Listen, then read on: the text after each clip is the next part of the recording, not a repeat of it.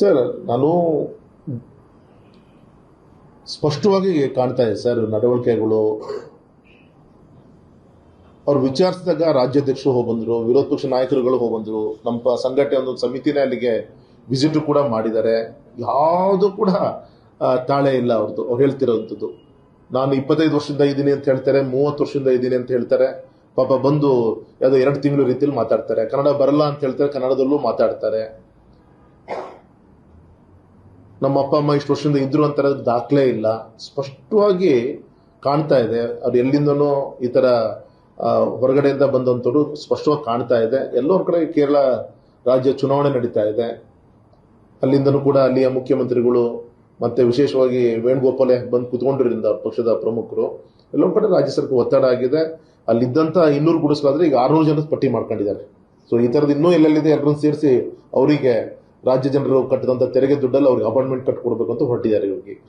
ಹಾಗಾಗಿ ಇದನ್ನ ಇಡೀ ರಾಜ್ಯಾದ್ಯಂತ ನಾವೆಲ್ಲರೂ ಕೂಡ ಖಂಡಿಸಿದ್ವಿ, ಧರಣಿ ಮಾಡಿದ್ದೀವಿ. ಮತ್ತು ಈ ರೀತಿ ಯಾವುದೇ ಕಾರಣಕ್ಕೂ ಕೂಡ, ಯಾಕಂದ್ರೆ ನಾನು ಒಬ್ಬ ಶಿವಮೊಗ್ಗದ MP ಸರ್. ಎಷ್ಟು ವರ್ಷದ ಸಮಸ್ಯೆ ನಮ್ಮ ಶರಾವತಿ ಒಳಗಡೆ ಇಶ್ಯೂಸ್ಗಳು ಇರ್ಬೋದು. ಇಲ್ಲೂ ಬಡವರಿಗೆ ಎಷ್ಟೋ ಜನರಿಗೆ ಮನೆಗಳನ್ನ ಕೊಡಬೇಕಾಗಿದೆ. ಎಷ್ಟೋ ಜನ ನಿಮ್ಮ ಯಡಿಯೂರಪ್ಪನವರು ರಾಜ್ಯದ ಮುಖ್ಯಮಂತ್ರಿ ಇದ್ದಾಗ ಸುಮಾರು 10-15 ಸಾವಿರ ಮನೆಗಳನ್ನ ಅವಾಗ ಫ್ಲಡ್ ಬಂದು ಆ ಟೈಮಲ್ಲಿ ಅವ್ರು ಮನೆ ಕಟ್ಕೊಡೋಂಥ ಕೆಲಸ ಆಗಿತ್ತು. ಈ ರೀತಿ ಇನ್ನೂ ಎಷ್ಟೋ ಸಮಸ್ಯೆಗಳು ನಮ್ಮ ರಾಜ್ಯದಲ್ಲಿ ಇದ್ದಾಗ ಇದೆಲ್ಲದೂ ಕೂಡ ಬಿಟ್ಟು ಇದನ್ನ ಪ್ರಯಾರಿಟಿ ಇವ್ರು ಮಾಡಕ್ಕೆ ಹೊರಟಿದ್ದಾರೆ. ಮೊದಲು ಮಾಡಿದ್ದು ನಾನು ಸ್ವಾಗತ ಪಡ್ತೀನಿ. ಫಸ್ಟ್ ಅವ್ರು JCB ತಗೊಂಡು ಅವ್ರು ಡೆಮಲಿಷ್ ಮಾಡಿದ್ರು. ಆದರೆ ಮಾರದಿಂದನೇ ಕೇರಳದಿಂದ ಮುಖ್ಯಮಂತ್ರಿಗಳಿಂದ ಟ್ವೀಟು, ವೇಣುಗೋಪಾಲಿಂದ ಒತ್ತಡ ಬಂದ ಮೇಲೆ ಈಗ ಅವರೇ ತೆಗೆದುಕೊಂಡ ಆಕ್ಷನ್ ಅನ್ನು ವಾಪಸ್ ತೆಗೆದುಕೊಳ್ತಾ ಇದ್ದಾರೆ. ಹಾಗೆ ಯಾವುದೇ ಕಾರಣಕ್ಕೂ ಕೂಡ ಈ ಸ್ವಾಭಿಮಾನಿ ಕರ್ನಾಟಕದ ಮುಖ್ಯಮಂತ್ರಿಗಳಾಗಿ ಸರ್ಕಾರಕ್ಕೆ ನಾನು ಒತ್ತಾಯ ಮಾಡ್ತೀನಿ, ನೀವು ಫಸ್ಟ್ ತೆಗೆದುಕೊಂಡದ ನಿಲ್ಲು ಬಗ್ಗೆ ನಮಗೆಲ್ಲರೂ ಕೂಡ ಹೆಮ್ಮೆ ಇದೆ, ಡೆಮಲಿಷ್ ಮಾಡಿದ ಬಗ್ಗೆ ಹೆಮ್ಮೆ ಇದೆ. ಆದರೆ ಈಗ ಮತ್ತೆ ಅವರಿಗೆ ನೆರಳು ಮಾಡ್ಕೊಡ್ತೀನಿ ಅಂತ ನಮ್ಮ ಕರ್ನಾಟಕ ರಾಜ್ಯದ ತೆರಿಗೆ ದುಡ್ಡಲ್ಲಿ ಮಾಡ್ಕೊಡ್ತೀನಿ ಅಂತ ಹೊಟ್ಟಿದ್ರಿ. ಅದು ತಪ್ಪು. ನಿಮ್ಮ ಹಿರಿತನಕ್ಕೆ, ನಿಮ್ಮ ಗೌರವಕ್ಕೆ, ಒಂದು ಗುಡ್ ಗವರ್ನೆನ್ಸ್ಗೆ ತಕ್ಕದ್ದಲ್ಲ ಇದು. ದಯಮಾಡಿ ನೀವು ಮೊದಲೇ ಇಟ್ಟಂತ ದಿಟ್ಟ ಹೆಜ್ಜೆಗೆ ಅದಕ್ಕೆ ಪರಿಪಾಲನೆ ಮಾಡಬೇಕು ಅಂತ ನಾನು ಒತ್ತಾಯವನ್ನು ಮಾಡ್ತೀನಿ. ಅಲ್ಲ, ಸ್ಪಷ್ಟವಾಗಿ ಕಾಣ್ತಿದೆಯಲ್ಲ ಸರ್. ಅವರ ಒಂದು ಪೊಲಿಟಿಕಲೈಸ್ ಆಗಿ ಆಗಲೇ ಹೇಳಿದಾಗೆ ಏನೇ ನಡೀತು ಅಂತ ಎಲ್ಲದೂ ಕೂಡ ಎಲ್ಲರೂ ಕಣ್ಮುಂದಿದೆ. ರಾಜಕೀಯ ಒತ್ತಡಕ್ಕೂ ಮಣದೇ ಇವತ್ತು ಅವ್ರಿಗೆ ಮತ್ತೆ ನೆರಳು ಮಾಡೋಂಥ ಕೆಲಸ ಮಾಡ್ತಾ ಇದ್ದಾರೆ. ನಾಳೆ ಅವ್ರಿಗೆ ಕೊಡುವಂಥ ಜಾಗ ಮತ್ತೆ ಯಾವ ದೇಶ ವಿರೋಧಿ ಚಟುವಟಿಕೆಗಳ ಕೇಂದ್ರ ಆಗುತ್ತೋ ಗೊತ್ತಿಲ್ಲ.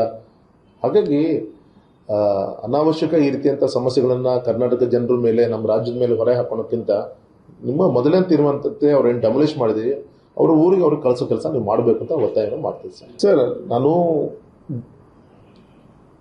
ಸ್ಪಷ್ಟವಾಗಿ ಕಾಣ್ತಾ ಇದೆ ಸರ್ ನಡವಳಿಕೆಗಳು.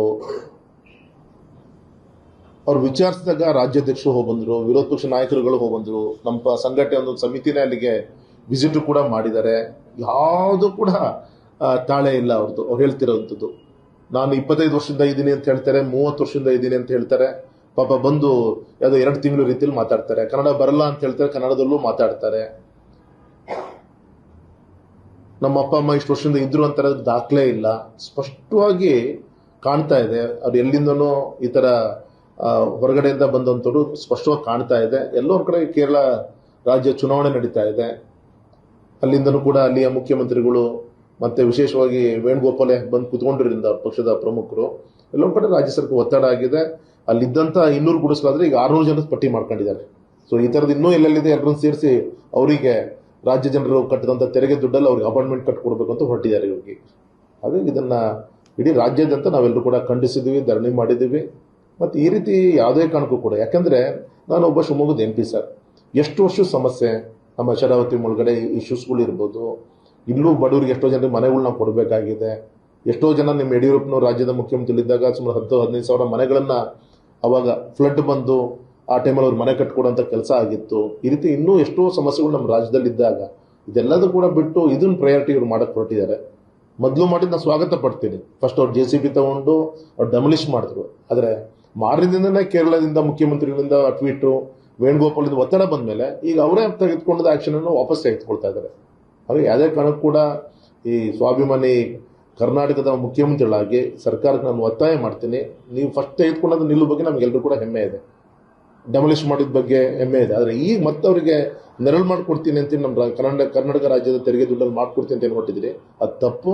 ನಿಮ್ಮ ಹಿರಿತನಕ್ಕೆ, ನಿಮ್ಮ ಗೌರವಕ್ಕೆ, ಒಂದು ಗುಡ್ ಗವರ್ನೆನ್ಸ್ಗೆ ತಕ್ಕದ್ದಲ್ಲ ಇದು.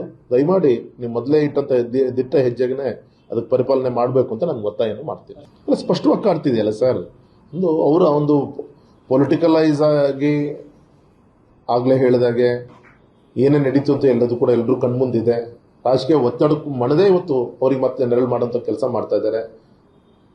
ನಾಳೆ ಅವ್ರಿಗೆ ಕೊಡುವಂಥ ಜಾಗ ಮತ್ತೆ ಯಾವ ದೇಶ ವಿರೋಧಿ ಚಟುವಟಿಕೆಗಳ ಕೇಂದ್ರ ಆಗುತ್ತೋ ಗೊತ್ತಿಲ್ಲ. ಹಾಗಾಗಿ ಅನಾವಶ್ಯಕ ಈ ರೀತಿಯಂಥ ಸಮಸ್ಯೆಗಳನ್ನು ಕರ್ನಾಟಕ ಜನರ ಮೇಲೆ, ನಮ್ಮ ರಾಜ್ಯದ ಮೇಲೆ ಹೊರೆ ಹಾಕೋಣಕ್ಕಿಂತ ನಿಮ್ಮ ಮೊದಲನೇ ತೀರ್ಮಾನದಂತೆ ಅವ್ರೇನು ಡೆಮೊಲಿಷ್ ಮಾಡಿದೀವಿ ಅವ್ರ ಊರಿಗೆ ಅವ್ರಿಗೆ ಕಳಿಸೋ ಕೆಲಸ ನೀವು ಮಾಡಬೇಕು ಅಂತ ಒತ್ತಾಯವನ್ನು ಮಾಡ್ತೀವಿ ಸರ್. ನಾನು ಸ್ಪಷ್ಟವಾಗಿ ಕಾಣ್ತಾ ಇದೆ ಸರ್ ನಡವಳಿಕೆಗಳು.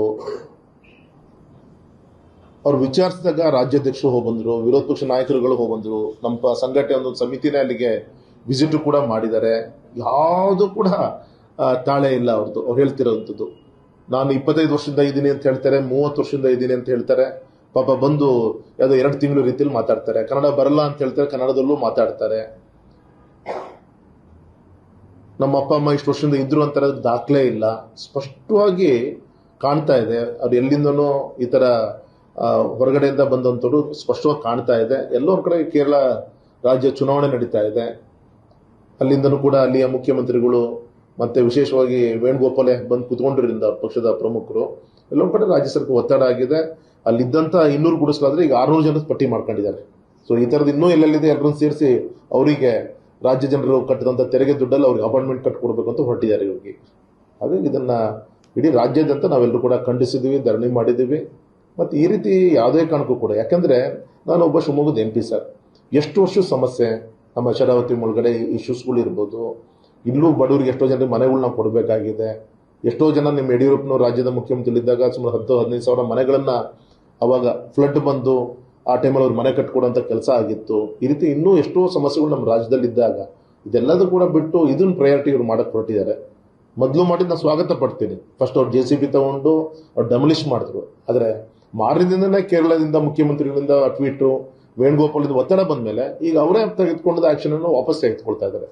ಹಾಗೆ ಯಾವುದೇ ಕಾರಣಕ್ಕೂ ಕೂಡ ಈ ಸ್ವಾಭಿಮಾನಿ ಕರ್ನಾಟಕದ ಮುಖ್ಯಮಂತ್ರಿಗಳಾಗಿ ಸರ್ಕಾರಕ್ಕೆ ನಾನು ಒತ್ತಾಯ ಮಾಡ್ತೀನಿ, ನೀವು ಫಸ್ಟ್ ತೆಗೆದುಕೊಂಡದ್ದು ನಿಲ್ಲೋ ಬಗ್ಗೆ ನಮಗೆಲ್ಲರೂ ಕೂಡ ಹೆಮ್ಮೆ ಇದೆ, ಡೆಮೊಲಿಷ್ ಮಾಡಿದ ಬಗ್ಗೆ ಹೆಮ್ಮೆ ಇದೆ. ಆದರೆ ಈಗ ಮತ್ತೆ ಅವರಿಗೆ ನೆರಳು ಮಾಡಿಕೊಡ್ತೀನಿ ಅಂತ ನಮ್ಮ ಕರ್ನಾಟಕ ರಾಜ್ಯದ ತೆರಿಗೆ ದುಡ್ಡಲ್ಲಿ ಮಾಡ್ಕೊಡ್ತೀನಿ ಅಂತ ಏನು ಹೊಟ್ಟಿದ್ರಿ, ಅದು ತಪ್ಪು.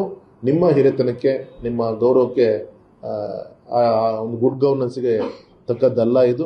ದಯಮಾಡಿ ನೀವು ಮೊದಲೇ ಇಟ್ಟಂತ ದಿಟ್ಟ ಹೆಜ್ಜೆಗೆ ಅದಕ್ಕೆ ಪರಿಪಾಲನೆ ಮಾಡಬೇಕು ಅಂತ ನಾನು ಒತ್ತಾಯವನ್ನು ಮಾಡ್ತೀನಿ. ಅಲ್ಲ, ಸ್ಪಷ್ಟವಾಗಿ ಕಾಣ್ತಿದೆಯಲ್ಲ ಸರ್, ಅವರ ಒಂದು ಪೊಲಿಟಿಕಲೈಸ್ ಆಗಿ ಆಗಲೇ ಹೇಳಿದಾಗೆ ಏನೇ ನಡೀತು ಅಂತ ಎಲ್ಲದೂ ಕೂಡ ಎಲ್ಲರೂ ಕಣ್ಮುಂದಿದೆ.